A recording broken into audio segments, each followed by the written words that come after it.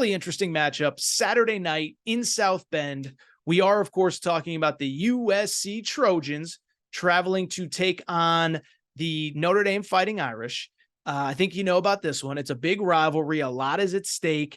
As I record here, the spread on this game is Notre Dame is about a 3-point favorite, 2.5, 3-point favorite, depending on, in the DraftKings Sportsbook, it is a 2.5-point difference. The over-under set at 62.5. What's interesting about this game, I find this fascinating, is think about this game going in. Notre Dame is coming off 3 straight really, really tough, really physical games, and they are coming off a game where they got beat up and embarrassed by the Louisville Cardinals last Saturday. USC, meanwhile, they come in 6-0. They come in off an emotional win, but that win felt like a loss to the Arizona Wildcats because of the manner in which it happened. And when I think about that game, I was thinking about this as I was preparing. I was thinking about this. Think about the Arizona USC game. It was a game that USC won, but felt like a loss. But think about how it happened. Everybody wants to credit Caleb Williams, but he also played his worst game, but he also saved him when it matters.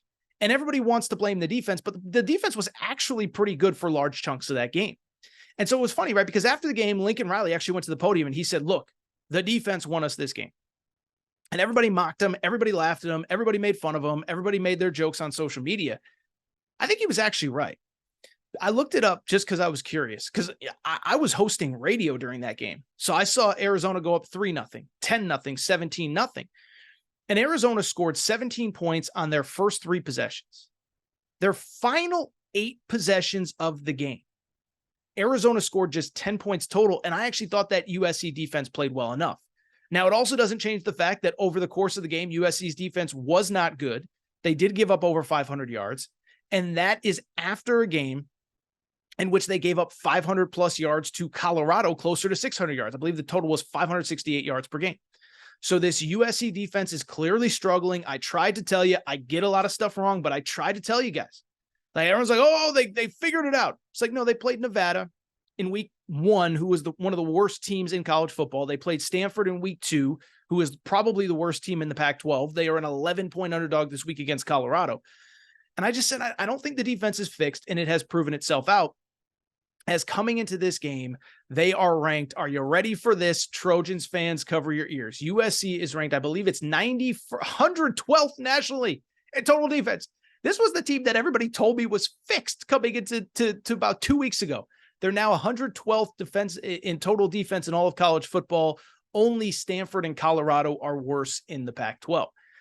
From the Notre Dame perspective, listen, they're coming off 3 really big emotional games, right? 2 weeks ago, it was Ohio State.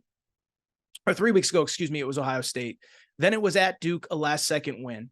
Then they just got beat up by Louisville last week. And it's funny, right? Because I might have talked about this on Monday's show, Monday's Aaron Torres pod.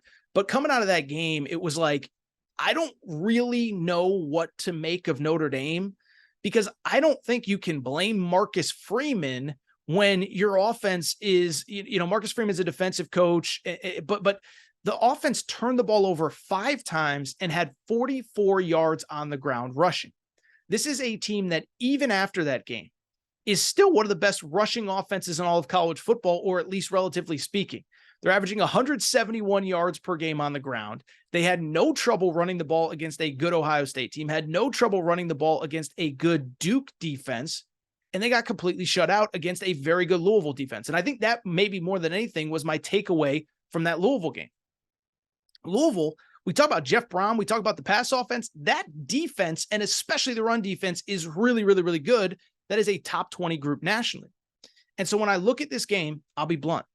Back at home, I expect Notre Dame to be much better, and I expect Notre Dame to be able to move the ball on the ground. And ultimately, that is one thing that you have to do to beat USC, right? I mean, it goes without saying. You don't need me to tell you. You look at USC, you look at Lincoln Riley, you look at the quarterbacks. If you can run the football, keep those guys off of the field, that is only going to benefit you over the course of a game.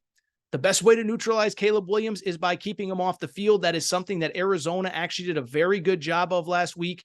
They had over 200 yards rushing, again, kept Caleb Williams off the field. And I really think that's something Notre Dame will be able to do. And when I look at this game, it comes down to two things. Can Notre Dame run the ball better than they did? And can Notre Dame protect or defend the pass better than not really better, but can they protect the pass basically against the Caleb Williams led offense?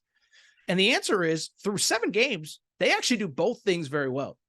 And it's interesting because one, the run offense, as I said, is averaging 171 yards per game, even after only having 44 yards last week. But then, did you know Notre Dame has the number 3 pass defense in all of college football? And by the way, they're through more than half of their season. Remember, they played in week 0. They have not had their bye yet. They actually have 2 byes before the end of the season. They are number 3 in pass defense. And it's not like they haven't played people. Played Kyle McCord in the Ohio State offense with Marvin Harrison and Emeka Egbuka. They played a future first rounder in Riley Leonard and that Duke offense. And last week they faced a very good pass offense from Jeff Brom. So when I look at this game, I'll be blunt. I like Notre Dame because to me, this is a classic styles make fights game. First of all, night game, South Bend, all that good stuff. But 2, this is a game where everything benefits Notre Dame from a matchup perspective. I want to look up one thing really quick. Excuse me here, but sorry, I was looking up the weather, which by the way is not supposed to be good, 55 and raining. So that's something else to keep in mind. But beyond that, again, it goes back to what I said a minute ago. USC is not good defensively, and they're especially not good against the run. They rank 91st nationally. They're giving up 157 yards per game. Notre Dame runs the ball very well. They need to run the ball to take something off of Sam Hartman's plate. That was what felt like the issue a few days ago, is that if Sam Hartman, it just felt like that guy had to make play after play after play because they couldn't run the football. Have balance. I think they'll have it against USC. And then again, can you stop the pass, which is something I think they do, especially if the weather is not very good. So ultimately, this game might be low. It might be sloppy. It might be low scoring. But give me Notre Dame to win outright. I will say they hold that USC defense in check, USC offense in check. I think they win somewhere in the neighborhood of 31-27. I like them to win. I like them to cover. I like USC to get the I like Notre Dame, to get the victory.